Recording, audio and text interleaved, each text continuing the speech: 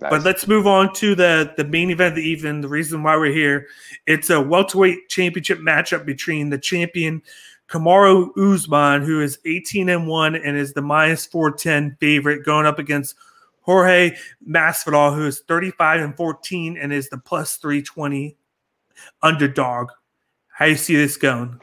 I mean, this is another one to put your money on, right? That +320 is glaring. But of all these fights, I think this was one of the easiest fights for me to pick on this card.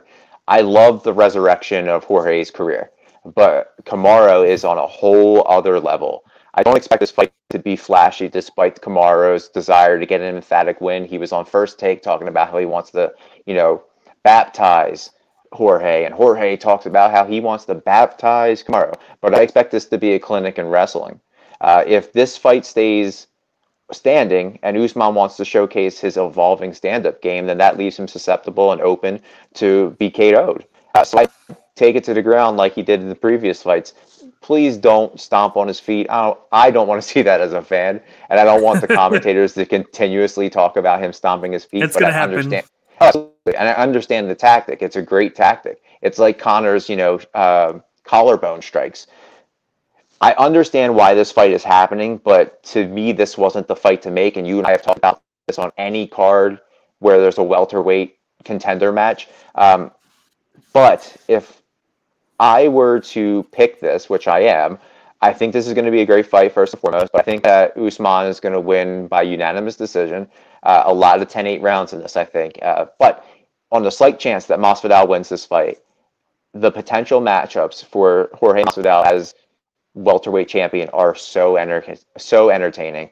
Jorge versus Colby, Jorge versus the winner of Edwards. If Edwards wins, you get that old three-piece at chicken matchup or three-piece and a soda matchup.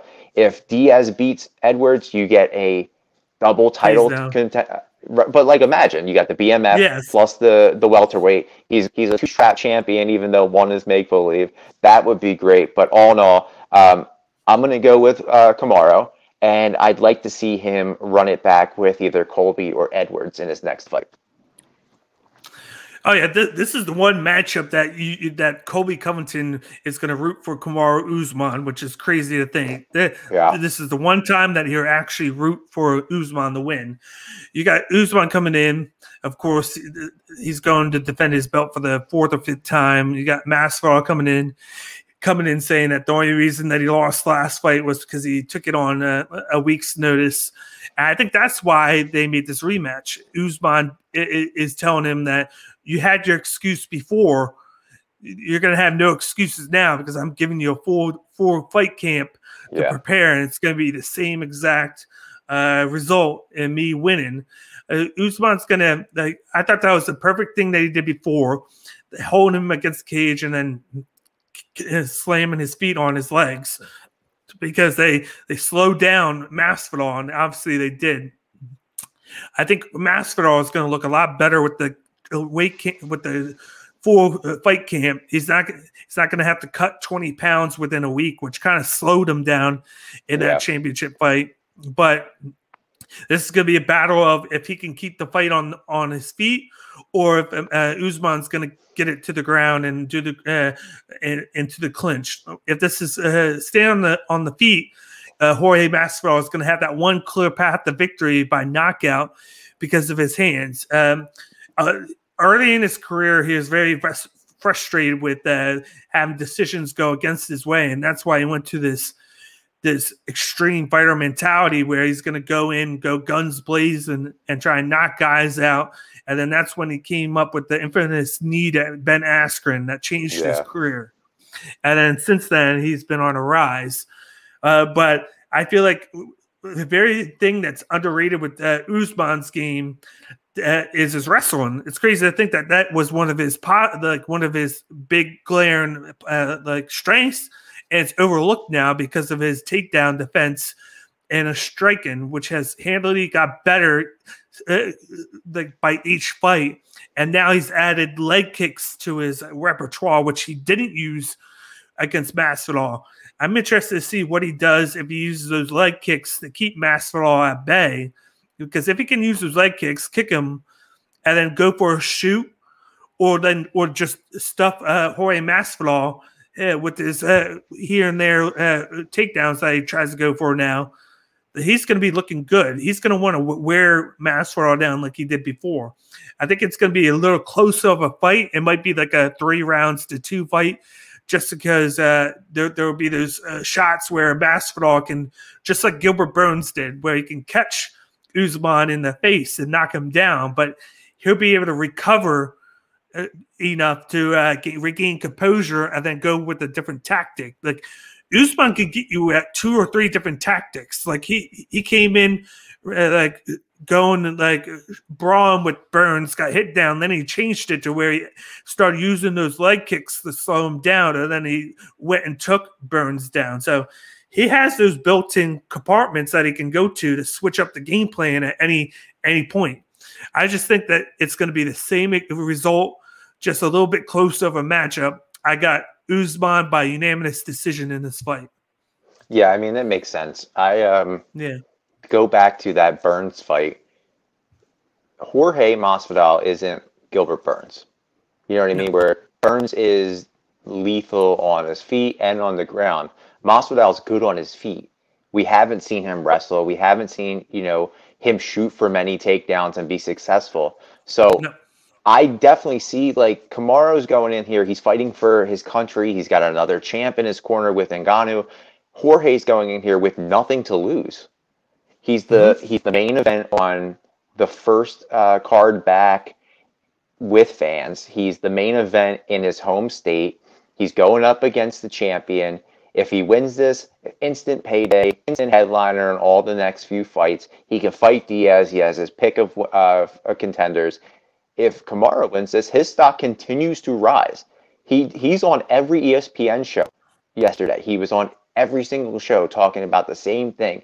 And Kamaru's got a face. He's got the vocabulary. He's got the persona. He's got the attitude of the face of the UFC. And he's not getting a lot of recognition. He's, put some respect on my name at the end of each fight. If he wins and he beats Jorge Masvidal, I feel like you have your next kind of poster boy. You have your next guy that you could potentially put in that top pound for pound rankings. Like, in a Modelo's commercial. Yeah. You have Habib, who just retired, so he's out of the rankings. And then you have John Jones, but John Jones hasn't fought. He's not even in any of the light heavyweight rankings anymore. He's just sitting there at the top of the pound for pound ranking. And I think it would be a detriment against the sport if they were to keep him there with a guy like Usman, who basically hasn't lost, and this would be his 5th defense, I believe it is. Going up against a lot of killers. Like, he's had like a tough division to fight against, and he's won every. He's basically, except for 2 guys, Wonderboy Thompson and Vicente Luque, he's cleared out the top 10 of the division. Yeah, he's on a 16-fight win streak. Mm-hmm. And the one loss was a crazy submission loss to a guy that I've never heard of before. Right, it was like in like 2014 or something like that. Yeah, but I see this going that way. Like, I think Masvidal has that chance to win by knockout, but that's basically it. Like if he had more to his game, it would be better. But it's like the I'll die by the sheer type of situation. He knows that he's going to have to win fights by knocking guys out, so that's what he's going by. So that's his chance. And he'll have that chance to do that, which I think he would have to do in the first couple of rounds, because as they go on, he's going to lose some of his gas tank. Whereas Usman is very comfortable each round. He just hasn't had to go that far. But he did go far against Masvidal the first time, and he makes the excuse, "Oh, you didn't knock me out. You didn't knock me out." He wasn't trying to knock you out.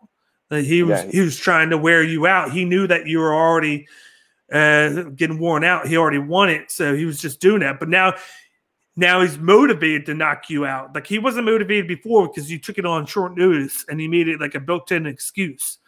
Now he is motivated. He was able to knock out Gilbert Burns. He was able to knock out Colby Covington. He's been able to do that to his opponents. And I think Covington deserved the rematch because he actually fought after he lost and got a win against Woodley, and they're trying to downplay that win, but he did win compared to Masvidal, who hasn't fought since July, so it's almost a year.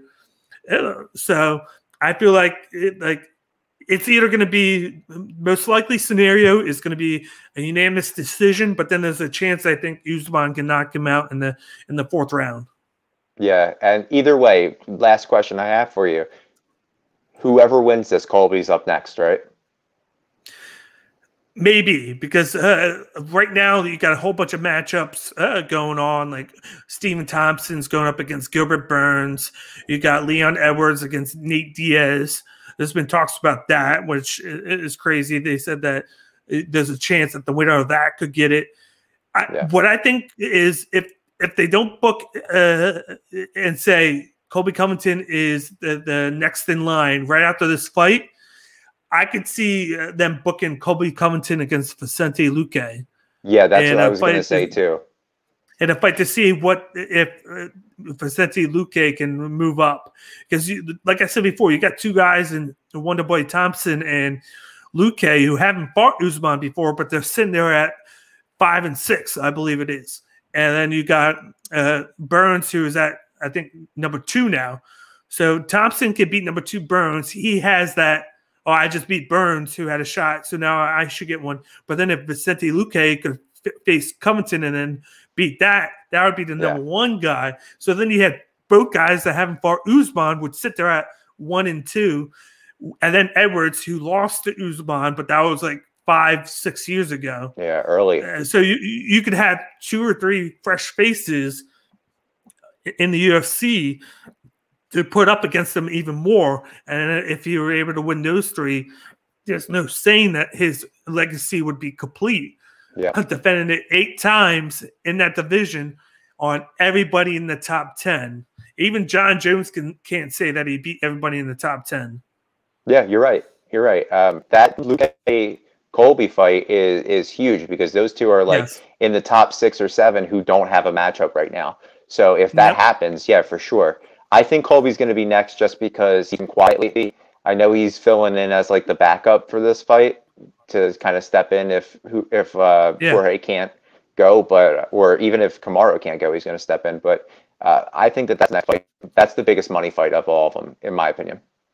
Oh yeah, me too. Like you got to get him in there. That's why he's been waiting, because he wants to get that shot. But he also knows that if he waits too much, that he's going to fall down and he's going to get a little bit of octagon rust. So I think that after this, if they say that it's going to be Diaz or the Edwards winner, then you will see him book a fight with Vicente Luque, because they both don't have a matchup.